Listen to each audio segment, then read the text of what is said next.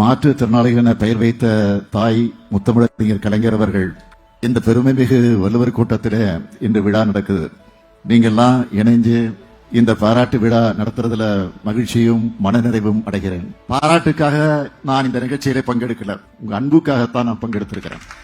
என் பிறந்த நாள் அன்னைக்கு காலையில தந்தை பெரியார் பேரறிஞர் அண்ணா தலைவர் கலைஞருக்கு மரியாதை செஞ்சுட்டு கடைசியாக என்னுடைய மனம் முழு நிறைவு எப்பொழுது அடையும் சொன்னா, இங்கே அருகில் இருக்கக்கூடிய மாற்றுத்திறன் கொண்ட பள்ளி குழந்தைகள் பயிலக்கூடிய சிறுமலர் பள்ளி அவங்க கூட இருந்து அவங்களுடைய புன்னகையை வாழ்த்தா பெறும்போதுதான் அந்த நாளை எனக்கு முழுமை அடையும்.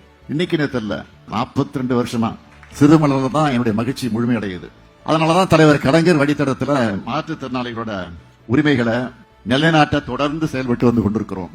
இதோட முத்தாய்ப்பா தான் உங்களுக்கான கோரிக்கையை நீங்களே ஒழிக்கணும்னு உள்ளாட்சி அமைப்புகள்ல ஒரு மாற்றுத்திறனாளி உறுப்பினர் இடம்பெறுவார்னு மாபெரும் சமூக நீதி உரிமையை சட்டமாக்கி இருக்கிறோம். மாவட்ட வாரியா ஜூலை 1 முதல் விண்ணப்பங்கள் பெறப்பட்டு பரிசீலனை செய்யப்படும். முயற்சி செய்தால் எதுவும் முடியும் என்பதை உண்மையிலே நிரூபிச்சு வர்றவங்க மாற்றுத்திறனாளிகள் தான். உங்களுக்கு நான் இருக்கேன், இந்த அரசு இருக்குங்கிற நம்பிக்கையோடு செயல்படுங்க. உங்களுக்கான அனைத்து வாய்ப்புகளையும் வழங்குறது என்னுடைய கடமை.